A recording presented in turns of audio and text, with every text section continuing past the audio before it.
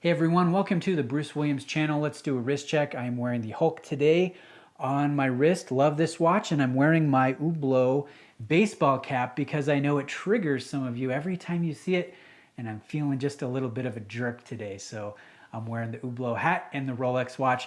But I've got a great viewer watch collection that I want to share with you and give Andreas, who sent this in, my suggestion for where he should look next. He needs a little bit of inspiration. So this is a picture of his collection. He owns 7 different watches. The first one is the Rolex Explorer 214270. This one is the first 39 millimeter generation, so it has the solid gold applied Arabic markers mixed in with the tiny hands there. So actually I think that's kind of quirky, kind of fun. And I like it that it's almost the oddball when you look at the history of Explorer watches. It's probably the least hyped and loved out of each iteration. So it's cool to see in your collection. Now the other watches, we have a vintage Seiko 7006-5000 from 1973. This one was Andreas's father's watch. So it's really cool to see that, passed down within the family and getting enjoyment from a sentimental piece. So I love seeing that. Now we have 2 Zeniths. One is the Elite Chronograph Classic. One is the Day-Fi 21. The Elite is precious metal, so that brings some good, just some good variety here when it comes to the material. Another complication. I think that's very clean. In the Day-Fi 21, I have reviewed this watch, and it is absolutely wild what LVMH has been able to do. The dual escapements here, the beat frequency, the one rotation of that chronograph hand every second is just so impressive what they've been able to do. So I think this one's really fun. This one is titanium, so it does, again, bring some more variety to the rotation here with stainless steel, with precious metal, with titanium. So I really like that. And then moving on, we have the Breitling Avenger 2 GMT. I have owned this watch, but in black, and it was a very wearable, very enjoyable watch with a second time zone function. It's not a true GMT, unfortunately, but it is a very fun watch to wear. And then we have the Casio G-Shock GMW B5000. This one I personally own. My favorite G-Shock. Is it over the top? Is it stupid looking? Is it blingy?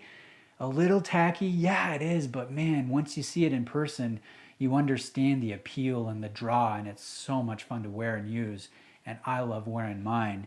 And then the last watch here is the JLC Geophysic True Second.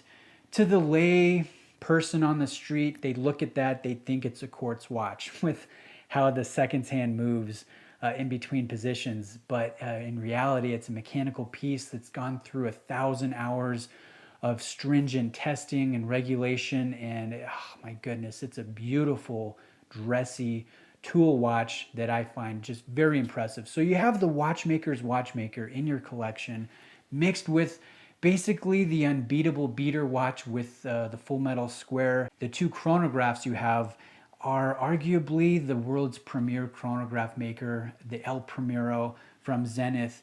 So I love the eclectic nature of your collection, Andreas. I think it's one of the funnest ones that I've seen in a long time.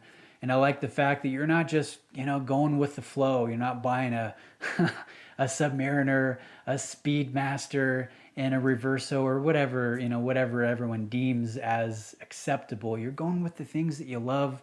And I like the fact that they're a little bit in left field because I identify with that as a watch fan. So anything I would recommend for you to add to your collection, I think needs to bring the same amount of craftsmanship, uniqueness, and variety to your rotation. That's not a predictable answer. So looking at your collection, one would say, hey, you're missing a dive watch, and I know you're partial to sport pieces, so I'm going to recommend a couple divers to you to add to the collection, but I'm not going to say, oh, go get a Submariner.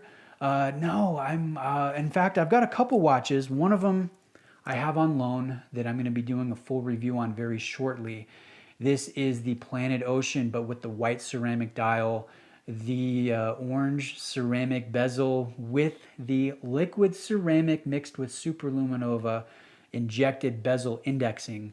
And so I love this watch. It's gorgeous, it's weighty, it has the jumping hour or the time zone feature instead of the quick set date. So I think this one would be really fun. At retail price $6,500, but you can buy it for quite a bit less than that. I think this one would be a great addition to the collection, and you don't own an Omega currently. And I'm finding with myself more and more, it's become my favorite brand. I love what they're bringing to the table these days. Very powerful for the price point. Now, another watch to consider is a German watch. I see a Japanese and Swiss in your collection, but no German pieces.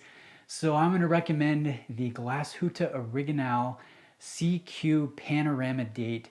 This one is 43 millimeter, but absolutely stunning. Retro design, but really taken into the modern era with the hand finished movement that carries a 100-hour power reserve. It's anti-magnetic, and just the level of detail and execution here is very enjoyable. I think this would bring some more beauty and variety to your rotation.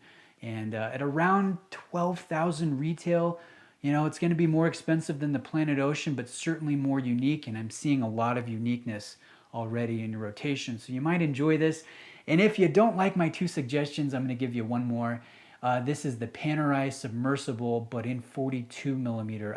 For whatever reason, just think the 42 millimeter size when you're looking at this style of case with the large full crown protector, the lockdown feature, it just works really well. It has the right amount of presence and pop without being cumbersome, too unwieldy, too big on wrist. And you know, it is different from the Submariners and Seamasters of the world. So I think this one might be one to consider that would be a great strap monster. On a number of leather straps, rubber strap, you could really play with the options, the look, just by a strap change. So that's what I would suggest for you, Andreas. Hopefully you enjoyed the video. Let me know what you end up doing, because I really do enjoy your collection. I'm not just giving you lip service here. I think it is a bit eclectic, but it is very varied and very powerful. And it's fun to see not the usual suspects in someone's rotation.